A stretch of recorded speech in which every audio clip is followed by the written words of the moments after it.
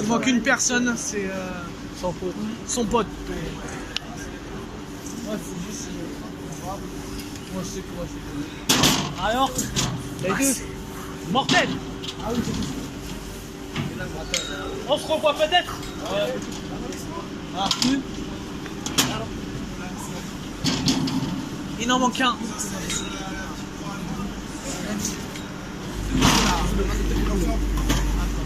En même temps, voilà, c'est bon. Alors c'est à vous. C'est parti. Merci. Bonjour. Bonjour. Entrez, entrez. Waouh. Oh La là. porte, sinon vous allez vous la prendre dans la tête. Oh, c'est Bonjour. magnifique. Oh, c'est magnifique encore, c'est rustique, hein, c'est du vieux. Hein. Oh là là. Bonjour. 310 km/h. 300, ça se voit pas. Bonjour. 310. Regarde. Allez, on se tasse dans le fond s'il vous plaît. Avec le Encore une duplex. personne à faire passer, même deux. Voilà. Hop. Voilà, super. sur WhatsApp. Ok. C'est tout bon. C'est bon. Merci. Voilà. Donc, Oh, non, non, non, on va pas aller nombre plus loin, maximum là, mais 4 c'est- personnes, d'accord. Alors 4 personnes c'est quand on roule hein, en expo comme ça, si on limitait par 4 je vous raconte pas, on finit une expo. 3 agents et un ça. conducteur. En gros c'est ça, voilà, 3 agents et un conducteur. Ouais. Voilà, bienvenue dans un bureau un peu archaïque, hein, mais qui fonctionnait très bien. C'est de la grosse électromécanique, on va essayer de la claquer là, parce que là d'entendre le... C'est pas facile. qui fonctionnait très bien jusqu'à son retrait de service. Moi j'ai fait le dernier sur le sud-est il y a un peu plus d'1 an et j'ai été embêté réellement une fois avec ça en 10 ans de conduite de TGV. Oh. Là, c'est vraiment parfait. Voilà, sachez que par contre on est bon à tous les types de TGV qu'il y a, qu'on peut croiser en gare de Lyon, en gros on est apte à tous les conduire. Elles sont magnifiques. On est bon à tous. Sur tous les pupitres de la SNCF, on va retrouver à peu près la même architecture. Il y a une ergonomie de conduite qui est différente, même si les appareillages vont forcément différer avec l'évolution dans le temps des matériels. Mais on va toujours retrouver les mêmes constantes. Le frein pneumatique qui va être sur la gauche. Il y en a qui connaissent un petit peu la technologie ferroviaire ou pas? Non, pas du tout. Ça dépend. Pour freiner un train, on va installer un gros tuyau d'air qu'on va alimenter à une pression de 5 bars. Et pour freiner le train, on va faire un trou dans notre tuyau. Ce qui explique que si un jour il y a une rupture d'attelage, on va faire un très gros trou et tout va s'arrêter. Hein, c'est un montage en sécurité. Les autres sécurités qu'on a à bord, c'est notre dispositif de mort. On doit tenir 50 secondes ou relâcher 4 secondes maximum. Sur des matériels plus récents, c'est ramené à 30 secondes. Le délai, c'est une norme européenne, pareil. Ça devient automatique. Hein. Il y a une contrainte qui fait qu'on ne peut pas s'éloigner, mais par contre, c'est pas contraignant à conduire. Ça devient vraiment automatique. On a un contrôle de vitesse par balise ici. Régulièrement disposé au bord des voies, on a des petits carrés jaunes, si vous voyez des fois au bord des voies au milieu. Et lorsqu'on franchit ces vitesses, lui sait à quelle vitesse on doit rouler. Si on excède de 5 km/h, on entend des petits bip bip, et si on dépasse de 10, il va nous arrêter. Il va faire un gros trou dans notre tuyau d'air et il va nous arrêter. Donc c'est valable pour ça, c'est valable pour ça, et c'est valable pour la vitesse. Même quand on roule sur ligne à grande vitesse, donc au-delà de 220 km/h, cet appareil-là est plus ou moins illuminé, on va dire, il va savoir qu'il y a d'autres paramètres sur la vitesse. Tout apparaît ici. Et dans ces voyants-là, c'est des voyants en fait, c'est des codes de vitesse. Ceux qui voient sur ces genoux, Ah, il part. on marque, il va nous dire si on doit ralentir, si on peut accélérer, si on doit s'arrêter. Tous les données-là, et pareil, si on excède la vitesse, ça va nous prendre en charge. Alors, Quand on roule un train, 180. il y a plein de systèmes de sécurité qui doivent être actifs. Le premier qui se désactive ou qui détecte une anomalie va arrêter le train. Ce qui explique qu'on est tout seul à bord. Il n'y a jamais d'autres personnes, sauf si un responsable nous accompagne ou une personne en formation. Sinon, le conducteur est seul. C'est une agence. Oui, quand on fait du RER, il y a 3000 personnes derrière et on va juste moins vite, mais la responsabilité est là. Ah oui, oui. Alors nous, on a l'avantage par rapport aux avions, c'est que si on a une panne, on s'arrête et puis on dépanne, que lui, 10 km en l'air, c'est plus la même. C'est ce qui explique qu'on est bon à tous les types de TGV, alors qu'un pilote de ligne, il est bon, il a une QT par avion, et le mec qui est bon 747, il va pas piloter un 777 ni un Airbus. Voilà. Hein, voilà. Le reste ici, on a un indicateur de vitesse qui est linéaire. Avant, si vous avez connu les GS, les voitures comme ça, il y avait un petit indicateur à bande. Ben, ça fonctionnait exactement pareil, ce qu'on avait. Ouais, vous savez, le petit tambour là qui faisait dérouler. On avait ça en fait. Jusqu'à il y a 7-8 ans, sur une grosse majorité des matériels SNCF, on avait un indicateur comme ça à bande. C'était bien, hein. Là par contre on a vraiment au kilomètre-heure près, on a même une tendance de dire est-ce qu'on est en accélération, est-ce qu'on est en freinage. Donc voilà, c'est vraiment mieux. Et la seule aide qu'on a à la conduite, c'est comme votre régulateur de vitesse sur votre voiture, nous on appelle ça la vitesse imposée, mais ça fonctionne très exactement de la même façon. J'affiche 220, je tractionne, je ne dépasserai pas le 220. Régulateur de vitesse, ça fonctionne pareil. Par contre, il est complètement indépendant de la signalisation qu'on a ici. C'est-à-dire que si je mets 220 alors que lui me dit 160, si je veux rouler à 220, il va me prendre en charge. Voilà, c'est à nous de régler, hein. C'est deux systèmes complètement indépendants. Ici, des indications ponctuelles qui peuvent nous apparaître sur ligne à grande vitesse, voilà, pour pouvoir des fois ouvrir notre disjoncteur, parce que les équipements font que c'est de l'alternatif. Si les sous-stations ne sont pas en phase, on a des zones neutres où on doit franchir, disjoncteur ouvert. Bon, ça c'est un petit détail technique. Derrière, on a après des voltmètres lignes pour nous indiquer très exactement la tension qu'on a. Pourquoi? Parce que sur ces matériels-là, comme il n'y a pas d'informatique, il n'y a pas de gestionnaire de puissance. C'est-à-dire que si je veux lui demander le maximum de l'effort de traction, le maximum d'intensité, moi je te la donne, il n'y a pas de problème. Si vous branchez tous les appareils chez vous d'un seul coup, ça va faire boum. Ben là c'est pareil en fait. Si vous demandez trop par rapport à la tension disponible, il va disjoncter. Et il va faire disjoncter tous les trains qui sont dans un rayon en gros de 30 bornes. Donc pas bien, à 17h sur la ligne D, là je vous raconte pas. Hein. Donc voilà, les matériels plus récents ont un gestionnaire de puissance qui va dire la tension ligne étant trop faible, si tu me demandes 1500 ampères, moi je te donnerai 400 parce que derrière il y a des risques. Voilà.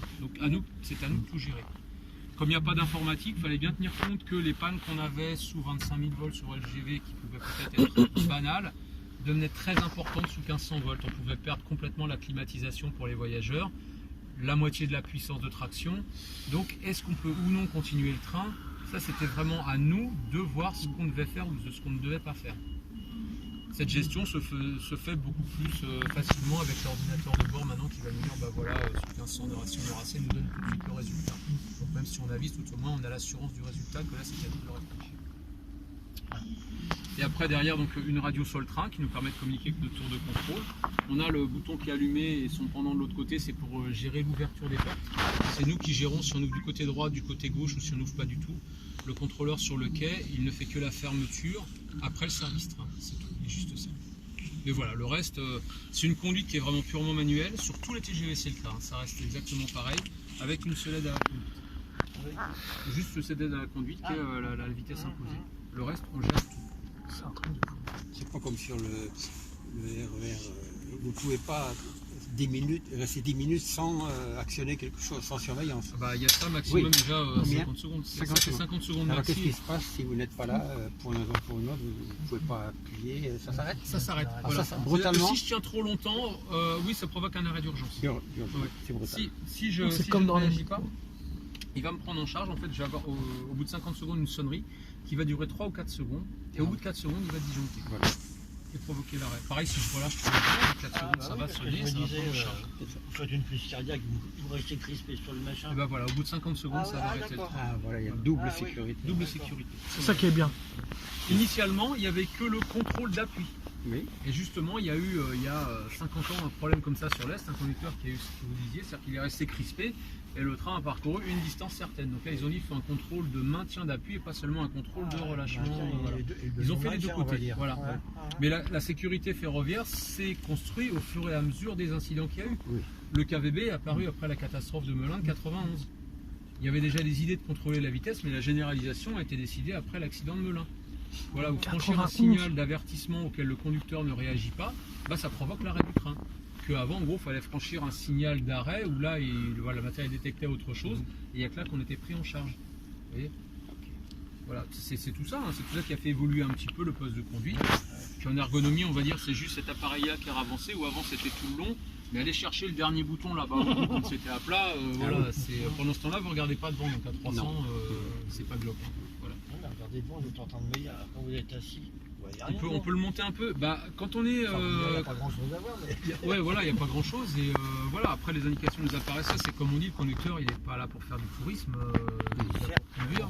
Donc après, voilà, on voit ce qu'on a besoin de voir sur la voie. Voilà. Après, le reste, non, c'est pas prévu pour être panoramique. Mais les matériels plus récents, les vitres sont un peu plus grandes, même sur les rames réseau, les choses comme ça, c'est là où c'est vrai que c'était vraiment assez. À très grande vitesse, sans pas d'urgence, il faut combien de temps pour s'arrêter? 3 km, ça va, 3 km. À 300 heures, c'est 3 km. À 160, il faut 1200 mètres. 3 km, c'est quoi? C'est 10 secondes? Ah non, on fait 1 km toutes les 12 secondes à 300 km/h. Mais quand on kilomètre ralentit, tous les bah, 12. on va Ah, s'arrêter. ça fait sur une 50 trentaine de secondes alors. Voilà, faut compter une cinquantaine de secondes pour s'arrêter, faire 3 km en à peu près 50 secondes. Avec la décélération, ça met ça. Ça met moins d'une minute. Ah bah ça m'est Mais arrivé. par contre, voilà, derrière, ça met le matériel dans un état, ça sollicite énormément les organes de traction. Ouais, ça peut créer des dégâts. Les voyageurs sont pas mis en... Alors juste au moment de l'arrêt, où en fait, puisque la conduite générale, vous avez un gros trou, donc ça va vous faire un à-coup, mais sinon le début du freinage, non, il est assez doux, parce que Oui, la vitesse. voilà. Et c'est un matériel qui fonctionne beaucoup par inertie. Si j'ai 2 minutes d'avance en revenant de Marseille, par exemple, en arrivant du côté de Fontainebleau, je coupe tout, je me laisse aller jusqu'en Gare de Lyon, je fais 70 km, je au point mort avec votre voiture. Hein. Ah oui, c'est l'inertie juste formidable. Hein. C'est pas mal. Ah non, c'est bien. Et c'est un matériel qui était très fiable. Moi, je vous dis, en 10 ans, j'ai eu un gros pépin dessus. Voilà, franchement, non, c'est bien. Ah, le pépin. C'était la guerre. Voilà. Si vous avez des photos, d'autres questions, et puis voilà. N'hésitez pas surtout à visiter la petite expo derrière. C'est la radio sur le train qui permet d'appeler la régulation, donc la tour de contrôle, on va dire, de rentrer en contact avec le contrôleur ou éventuellement la rame de queue si le conducteur doit partir avec la rame de queue ou s'il vient d'arriver pour me dire si la rame elle va bien. C'est fou, 42 ans. C'est comme si au niveau des voitures on roulait avec une 404 ou des choses comme ça, quoi. Voilà. Ouais, c'est un Concorde. Dans l'absolu, c'est même un peu plus récent que le Concorde en conception. Mais On passe à la suite. Merci à vous. Ça marche, merci beaucoup monsieur, bonne visite. On connaît la distance parcourue. 13 millions et demi de kilomètres celle-là. 13 millions et demi. 13 millions. Elle a fait 335 fois le tour de la Terre, elle était 65 fois sur la Lune. Enfin, c'est expliqué, c'est C'est 3 tours du monde en fait. 335 fois le tour du monde, ça fait 40 km. Un Ouigo fait 80 000 km par mois, tous les mois un Ouigo fait 2 fois le tour du monde. Oh mon dieu. Voilà. Ah bah heureusement ils apprennent. Et qu'est-ce qui va devenir? Ils vont en préserver une partie, mais le reste on sait pas. C'est un motrice qui va être préservé? Une des motrices normalement et l'air. D'accord, merci. Bon allez, au revoir. Merci. Allez, merci.